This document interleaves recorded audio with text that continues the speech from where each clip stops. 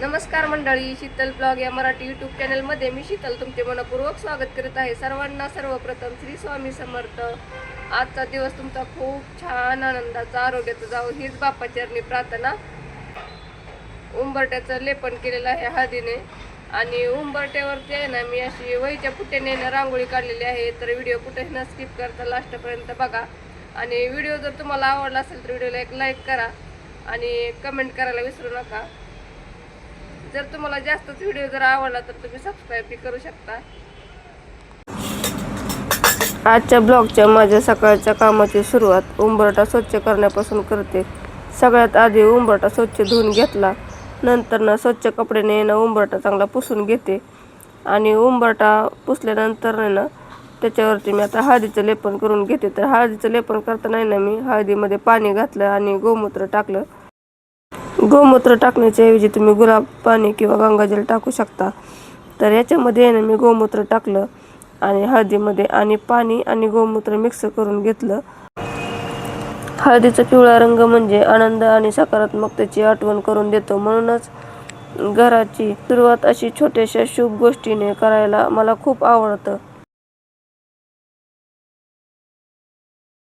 चमच्याने मी हळदीचं लेपन केल्यानंतर हाताने व्यवस्थित करून घेतलं आणि बघा 10 मिनिटांनी ना मग हळदीचं लेपन सगळं सुकलं.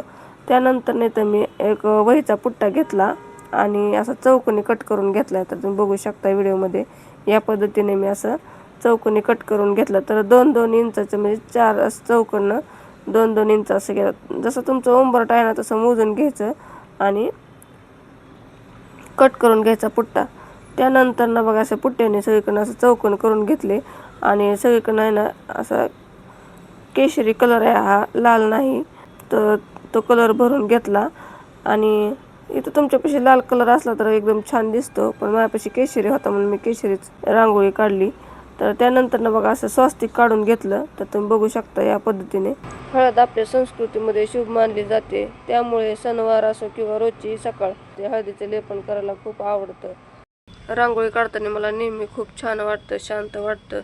कितीही काम असलं तरी सकाळची 2 मिनिटं रांगोळी काढली की मन प्रसन्न होतं. आपण घर स्वच्छ ठेवतो, सजवतो, देवपूजा करतो, त्यामागे एकच भावना असते, आपल्या घरात नेहमी आनंदाचं आणि समाधानाचं वातावरण राहावं. असं हळदीच्या लेपनावरती स्वास्तिक काढल्याने खूप शुभ मानलं जातं. त्याच्यामुळे मी असं हळदीच्या लेपनावरती आहे ना स्वास्तिक काढत असते. तर किती छान स्वास्तिक झालेलं आहे. तर तुम्ही बघू शकता. तुम्ही पण मैत्रिणींना कुठला सणवार आला नाहीतर गुरुवारी, मंगळवारी, शुक्रवारी असं स्वास्तिक काढायचं हळदीच्या लेपनावरती, तर खूप शुभ असतं. त्याच्यामुळे मी आता काढून घेतलं आणि नंतर नाही का नाही बघा आपण रांगोळी थोडी तरी पडते खाली, तर सगळ्या व्यवस्थित अशी पुसून घ्यायची आणि साईडला करून घ्यायची, म्हणजे रांगोळीला फिनिशिंग येते. मी कधी पण आहे ना रांगोळी काढताना ना माझ्यापाशी असे लक्ष्मीचे साचे छोटे छोटे पावलांचे, त्याने अगोदर साईडला उंबरट्याच्या साईडला अगोदर लक्ष्मीचे पावलं काढत असते, नंतर अशी मध्ये रांगोळी काढत असते.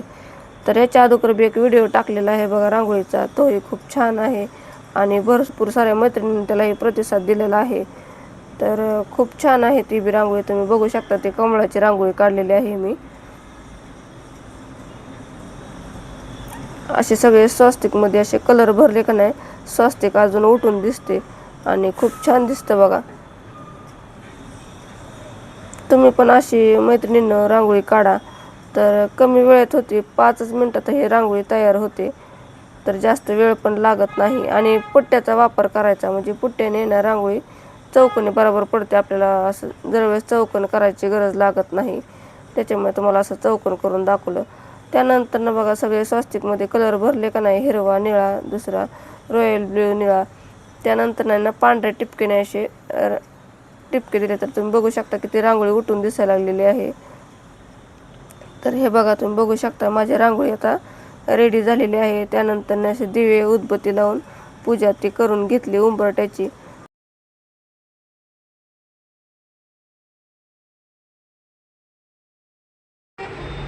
आजचा रांगोळीचा व्हिडिओ तुम्हाला कसा वाटला तुम्हाला कमेंट बॉक्समध्ये नक्कीच सांगा. व्हिडिओ जर आवडला असेल तर व्हिडिओला एक लाईक करा, शेअर करा आणि सबस्क्राईब करायला विसरू नका. व्हिडिओ बघितल्याबद्दल धन्यवाद.